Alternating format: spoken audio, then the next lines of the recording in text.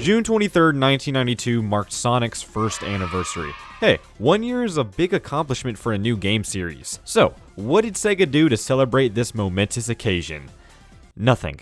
Absolutely nothing. Well, other than Sonic the Hedgehog 2 coming out. But does that really count? It was a great game and an even better follow-up to Sonic 1. Better gameplay, better level design, just better everything. But there was no marketing campaign behind Sonic's first birthday. I always thought that was kind of weird. But it turns out that Sega didn't start officially recognizing Sonic's anniversaries until his 10th anniversary in 2001. Sonic's 10th anniversary was definitely an interesting one. As already mentioned, this was the first time Sega launched a marketing campaign for Sonic's birthday. And there was a lot going on this year. Comics, merchandise, games. This was really the first time they went all out for this sort of thing. The big event for this anniversary was obviously the release of Sonic Adventure 2 for the Sega Dreamcast, and Sonic Adventure 2 Battle for the GameCube later that year. Sonic Adventure was a great game on the Dreamcast, so having its follow-up as a celebration of the 10th anniversary of the franchise is honestly awesome. They even released this Sonic the Hedgehog 10th anniversary birthday pack, which included all sorts of things. It included a copy of Sonic Adventure 2, as well as a pamphlet going through Sonic's history, a collectible coin, and a soundtrack disc containing several tracks from previous titles. It was only released in Japan for a couple of days,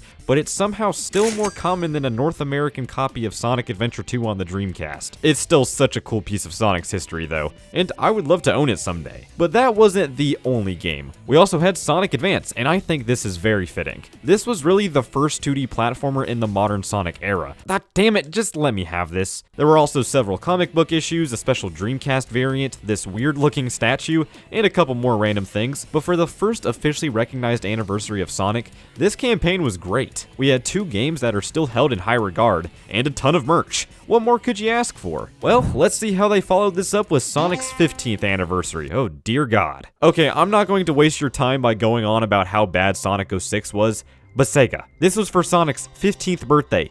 And this is how you treat him? It was almost his death day too, because people did not look at Sonic too fondly after this whole thing. But there were a few other games released for Sonic's 15th that often got overshadowed by 06, like Sonic 1 Genesis for example. Okay, maybe there's a reason why nobody talks about this. I mean, cool, right? In concept, a Sonic 1 port for the GBA doesn't sound bad at all. But when you actually sit down and look at this thing, oh my God. This is awful. I really don't know how they messed this port up so badly. You already had the Sonic Advance games on GBA, and those look fine for the most part, so why is this game so zoomed in? It's hard to see literally anything around you, which makes platforming a headache. That's not even mentioning the performance issues that cause the game to lag and stutter all the damn time. Oh, but at least there's the anniversary mode that gives you the spin dash. Actually, I take it back. This game's a masterpiece. Sonic Rivals was also released very close to 06 and Sonic 1 Genesis, and you know what? I really don't care for it. It's a fine game. Fundamentally, I think it's well designed, but I just never found it to be much fun. But Sonic Riders? Okay, here we go. Finally, a fucking video game. Say what you will about Riders, but I've always been a fan. I was never that good at it, I can admit that much, but come on, Sonic riding on a hoverboard is badass. And when you practice the game, it becomes a lot of fun. Of course, you also had your merch and your comics, but there was also a new convention created around this time called Summer of Sonic. The first event took place on Sonic's birthday in 2006, and there were events practically every year until 2016.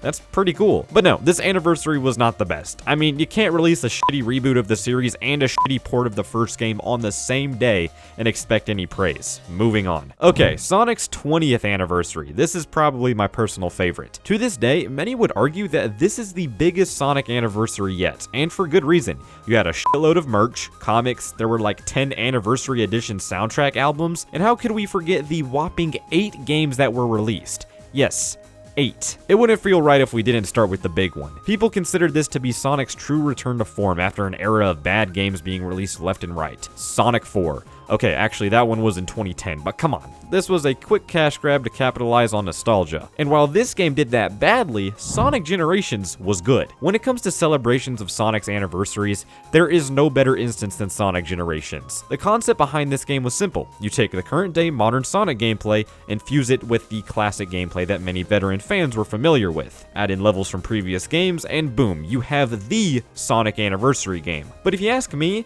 I feel like calling this just an anniversary Anniversary game is a bit of a disservice to just how great Generations was and still is. While I'm not entirely a fan of how either modern Sonic or classic Sonic handles compared to other Sonic games, the level design is great, the music is great, and the bosses are okay. The story is just kinda there. Okay, trust me, the game is good. But there was also the 2011 Taxman port of Sonic CD, and yeah, I guess this counts. This was pretty much only released to coincide with Sonic 4 Episode 2's release in 2012, but hey, this is still the best version of Sonic CD. Mario Sonic at the London 2012 Olympic Games also came out this year, but I don't think this was for Sonic's anniversary, but more so it was just a coincidence. Sonic the Hedgehog was a cool little 2D minigame that was found within the Sonic 20th Anniversary mobile app, and I had no idea this was a real game until researching for this video. The Sonic PC pack included Sonic Adventure DX, Sonic Heroes, Sonic Mega Collection Plus, and also included the only official PC release of Sonic Riders. Interesting. But yeah, like I said before, this might be my personal favorite of the major Sonic anniversaries. You had so many games, merchandise, soundtracks, like it just felt like a true celebration of the franchise up until that point. And it's really sad how much they tried to recreate that same magic in 2016. Sonic's 25th anniversary is just kind of conflicting. I can't lie. It wasn't bad per se, just insanely underwhelming. You had the usual stuff, merch, events, all of that. There weren't any cool soundtrack CDs released though, that's a bummer. But the main games for this campaign weren't released until 2017. We did get Sonic Boom Fire and Ice in 2016, which despite the negativity surrounding Sonic Boom, Fire and Ice was a really good game. It just wasn't planned to be released with Sonic's 25th anniversary. But then we have Sonic Mania, and I still get goosebumps rewatching that first trailer. This was it right here, man. This was the Sonic 4 we should have gotten. The first completely 2D classic Sonic game in decades, and it was being created by passionate developers who have had much experience with creating classic Sonic games. And when it came out, it was clear that our expectations were still too low. Sonic Mania, in my opinion, is the best of the classic Sonic games. I even like it more than Sonic 3 and Knuckles. Sorry, not sorry. Does the game have flaws? I guess? I know the reused levels is a hindrance to some people, and I completely understand that, but they never bothered me because the nostalgia pandering fit well in this game. It didn't feel forced at all. I wish I could say the same about the game that was released a few months later though. Jesus Christ, man. Why did they have to release Sonic Forces? You had a good thing going with Mania. People started respecting the series again, and then you drop this. And now we're back at where we started. Now, looking back on Sonic Forces in retrospect, it's honestly just kind of decent? It's not a terrible game, it's just so painfully basic and boring. And at the time, that was the complete opposite of what the mainline Sonic series needed. We were stuck with Sonic Boom for 3 years at this point. All we wanted was a new 3D Sonic game that recreated the same magic as a game like Unleashed, but made it a fun gameplay experience throughout. But instead, we got this mess. Right from the initial reveal, things just seemed off. It was already worrying that classic Sonic was here even after Sonic Mania was announced. The number of classic levels returning was also not a good sign. It seemed like they were just trying to recreate the success of Sonic Generations, but this time, they wanted to include as much fan service as possible in this 3-hour game. I'm not going to dwell on this too long, but man, this game really was a huge disappointment, and it especially sucked because Sonic Mania was completely overshadowed by this game. So I would say Sonic's 25th anniversary was half good, half bad. But thankfully, Sonic's 30th anniversary was a little bit better. It's honestly kind of funny looking back at Sonic's 30th because the more I do, the more parallels I see with this anniversary and the 25th. We didn't get any major game releases until a year after the actual anniversary, except for Colors Ultimate. Not this again. Yep, Sonic Colors Ultimate is bad, Sega released it unfinished, moving on. The Sonic Symphony was also started around this time, and I still have yet to go to one, but I've heard great things. But there was also Sonic Origins and Sonic Frontiers. Origins was released pretty early in 2022, and it took a while for it to come out. It was announced in the first Sonic Central in May of 2021, and it didn't release until June of 2022. It's still a solid collection of the classic Sonic games though, it just wasn't all that polished at launch. But the main event was obviously Sonic Frontiers. Just kidding, it was Sonic Movie 2. I completely forgot this movie was released around the same time. It was such a good follow-up to what Sonic Movie 1 established. I especially appreciated how much more source material it took from the games. And this movie got more people people interested in the Sonic series, so that's also a plus. Okay, Sonic Frontiers, here we go. This game was initially supposed to be released in 2021 to coincide with Sonic's 30th anniversary, but they delayed it by a year to polish it up some more. And good God, I could only imagine how broken this game would have been if they released it in 2021. I'm not going to sit here and act like I don't like Sonic Frontiers because I still find it to be one of the best Sonic games. When it was released, you gotta understand that so many people saw this as a turning point for the series, but in the best way possible. Despite its bugs, its jank, its unfinished plot, it was a fun mainline 3D Sonic game that didn't rely on nostalgia.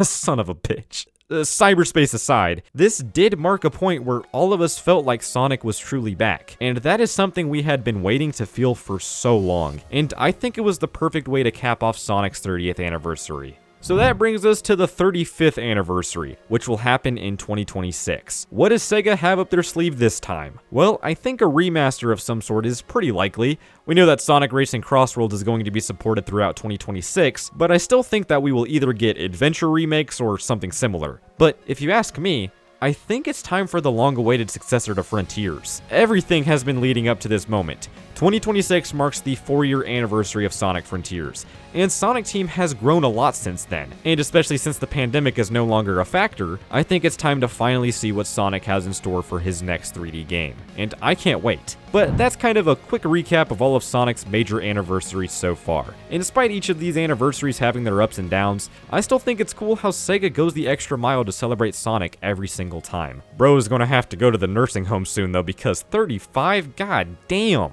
Before ending this video, I just wanted to remind you guys that I'm currently hosting a giveaway for Sonic Racing Crossworlds in my Discord server. So if you're interested in that, click the link in the description. I'll see you there. But that's all from me. Thank you all so much for watching, and I'll see you all later. Goodbye.